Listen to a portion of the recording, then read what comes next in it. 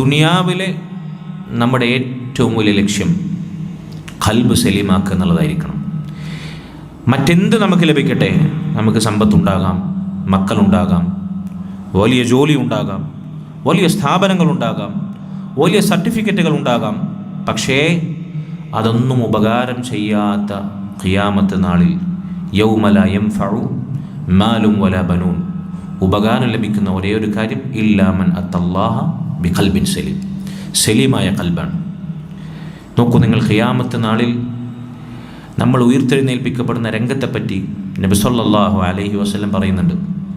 യുഹ്ശറുൻ നാസു യൗമൽ ഖിയാമത്തി ഹുഫാതൻ ഉറാതൻ ഉർല. ഖിയാമത്ത് നാളിൽ മനുഷ്യർ ഉയർത്തെഴുന്നേൽപ്പിക്കപ്പെടുന്നത് ഹുഫാതൻ, നഗ്നപാതകരായി, പാദരക്ഷയില്ല, ചെരുപ്പില്ല. ഉറാതൻ, വിവസ്ത്രരായി, വസ്ത്രമില്ല.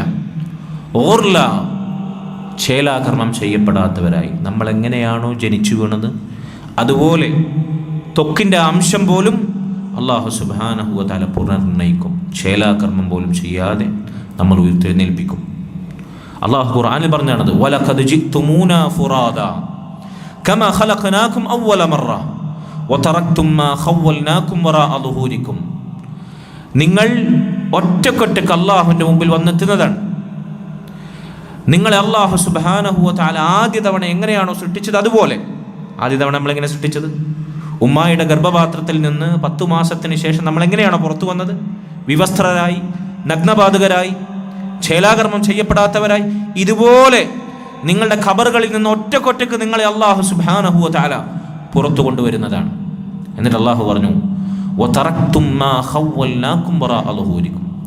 ദുനിയാവിൽ നിങ്ങൾക്ക് അധീനപ്പെടുത്തി തന്നത് എന്തൊക്കെയുണ്ടോ, ഭൗതികമായി നിങ്ങൾ നേടിയത് എന്തൊക്കെയുണ്ടോ, അതൊക്കെ നിങ്ങൾ പുറകിൽ ഉപേക്ഷിച്ചിട്ടാണ് വരുന്നത്.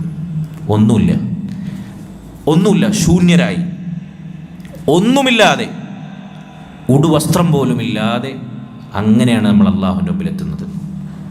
ഒന്നും നമുക്ക് ഉപകാരം ചെയ്യില്ല. അതാണ് പറഞ്ഞത്, യൗമ ലാ യൻഫഉ മാലും വലാ ബനൂൻ. ഇട്ട വസ്ത്രമോ, ധരിച്ച ചെരുപ്പോ, വിച്ഛേദിച്ച ത്വക്കോ നമുക്ക് അവിടെ ബാക്കിയില്ല. എല്ലാം പിറന്നപടി അല്ലാഹു സുബ്ഹാനഹു വ തആല തിരിച്ചു നൽകി നമ്മൾ ഉയർത്തെഴുന്നേൽപ്പിക്കും. എന്താ പിന്നെ നമ്മുടെ കയ്യിലുള്ളത്? അവിടെ ഉപകാരപ്പെടുന്ന ഒരേ ഒരു കാര്യം മാത്രമാണ്, ഇല്ലാ മൻ അത്തല്ലാഹ ബിഖൽബിൻ സലീം, സലീമായ ഹൃദയം ഉണ്ടാകുക എന്നുള്ളതാണ്.